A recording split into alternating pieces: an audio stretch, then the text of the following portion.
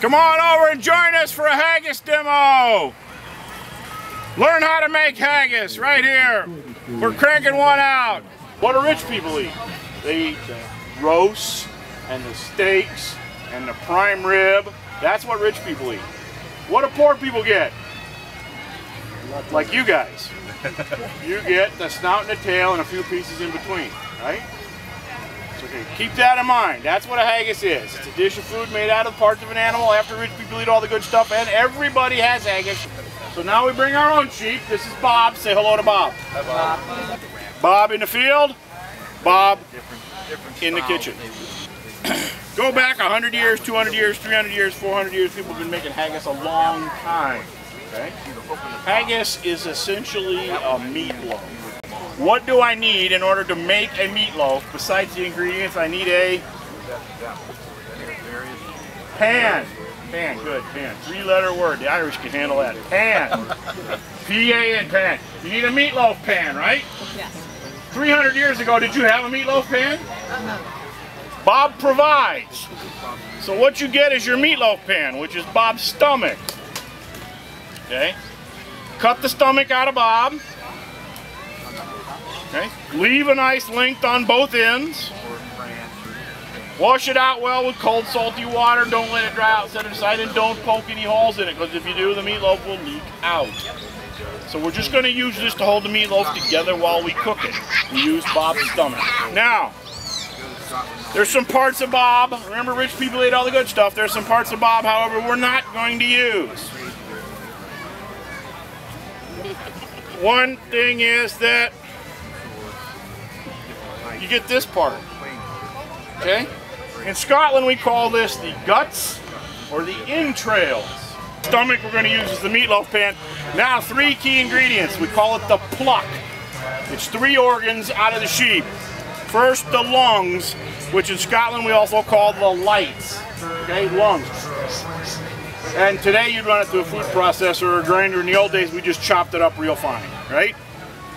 Then you've got to have, this one's tough, what's that? You know the only people that have trouble with this? English. They don't have one, they don't recognize it. Okay? Chop it up fine, mix it with the lungs. Stay with me. Lungs, the lights. Then you got to have liver. Get the liver out. Just to pluck 3 things, heart, lung, and liver. Chop them up very fine. Some people parboil them first, then they chop them up. You can do it raw, it doesn't matter. Chop up the heart, lung, and liver. Now, if you got a big crowd, you might throw the kidneys in. I don't recommend it. I don't like the taste of kidneys. But like people show up you're not expecting for dinner, you might want to stretch the haggis a little. Throw some kidneys in. Then you got to have,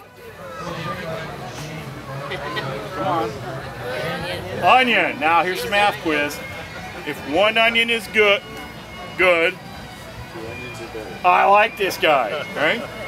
Couple of onions, chopped up fine, mixed with the pluck, which is heart, lung, and liver. Now you need some binder.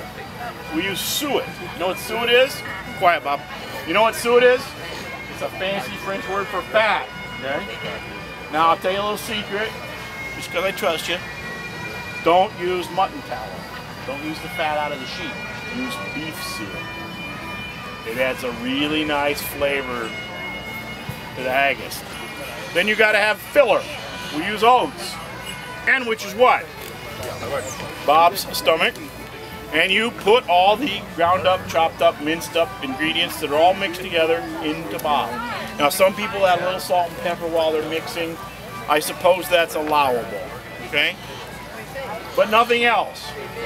I see these guys make vegetarian haggis. You can't make vegetarian. Now you got a big sheep, you get a big haggis. You got a small sheep, you get a small haggis, because every sheep's stomach is just big enough to make a haggis out of itself.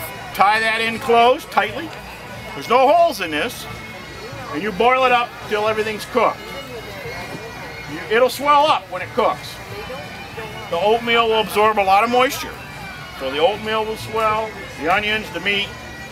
When it's done, it's done.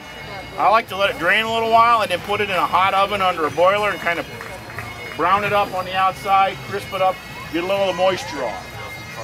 Then you put it on a platter, slice it open, potatoes, carrots, turnips around it, traditionally how it's served, and you scoop it out of there with a big spoon. Now we don't eat the stomach, remember? That'd be like eating the meatloaf pan. So we'll throw the stomach, when we're done, you throw the stomach to the, and they're already eating that part, right?